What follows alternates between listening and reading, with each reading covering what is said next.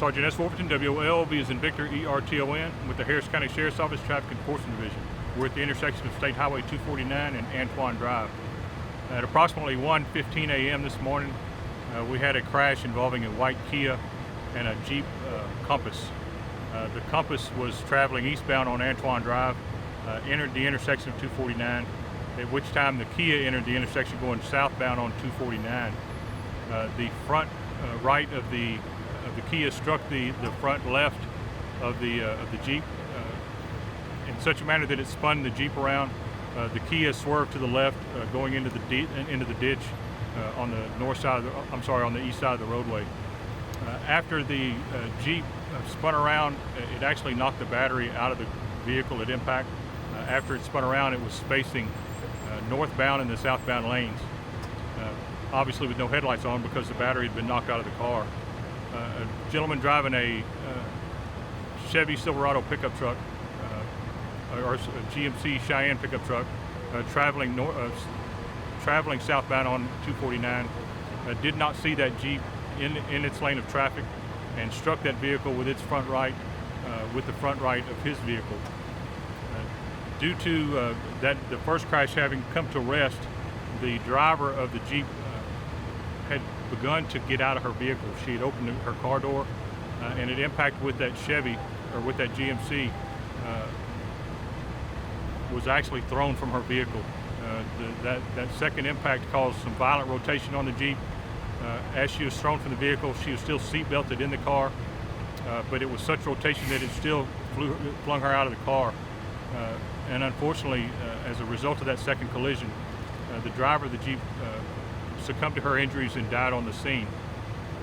The driver of the Kia, we have found, is intoxicated. Prior to this crash that he caused, we know that he caused 2 previous crashes and fled the scene of both of those crashes. We have complainants from one of those crashes that actually recorded the license plate number of that car, so we know it's the same car.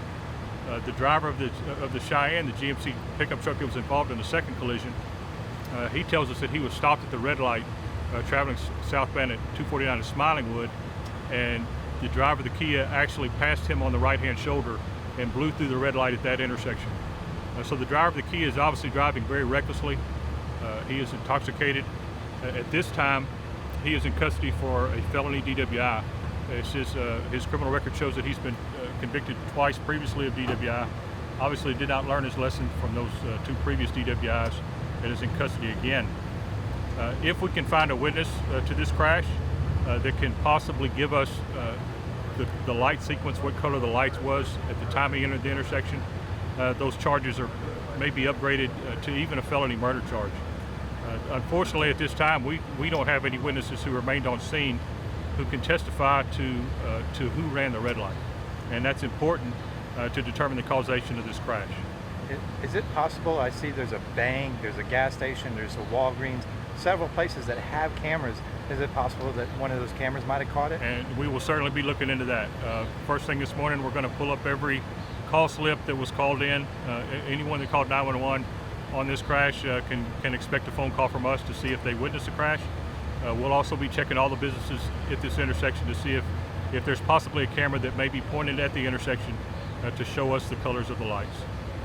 This is normally a fairly dark road too. I mean, we've got a lot of fatals just in this stretch. It is fairly dark. The driver of the pickup truck, he was in the wrong place at the wrong time. No impairment whatsoever. But when he entered the intersection, there's a car facing his direction with no lights on. It is fairly dark on that side of the roadway. There's no businesses right there at the intersection where he's at that provide any lighting for the roadway. So he didn't see that car at all. So we can put no fault whatsoever on him. Really, if you look at all of the facts surrounding it, even though the second collision caused the death of the female, the driver of the Kia really caused both of these crashes, because had he not caused the first crash, then the second crash would not have occurred. Now, I understand something else besides the original thing. I understand that somebody came rolling through actually at a high rate of speed through the scene and was caught. Yeah, well, that's true. After we, pretty early on in our investigation, we have deputies on both ends of 249 that are blocking the roadway. There was a driver with an occupant traveling southbound on 249, drove around all of the vehicles, all the patrol cars that were blocking the intersection, and actually once in the intersection, in the middle of the crime scene, punched his engine and sped through the intersection. I happened to be standing in the lane that he was traveling in, and had deputies not started hollering and yelling, I may have been run over. Honestly, I mean, I was on the phone with another deputy at the hospital, and it was a close call. It was a close call, but yeah, he sped through the intersection. Deputies were able to pursue that vehicle. That person is also in custody for DWI and also for evading arrest. Pursuit went quite a little ways. All the way down That to I don't. Veterans Memorial. That I don't know. I was busy on this Okay. scene, so. Okay. All right. Thank you. They Appreciate got it. them all the way down.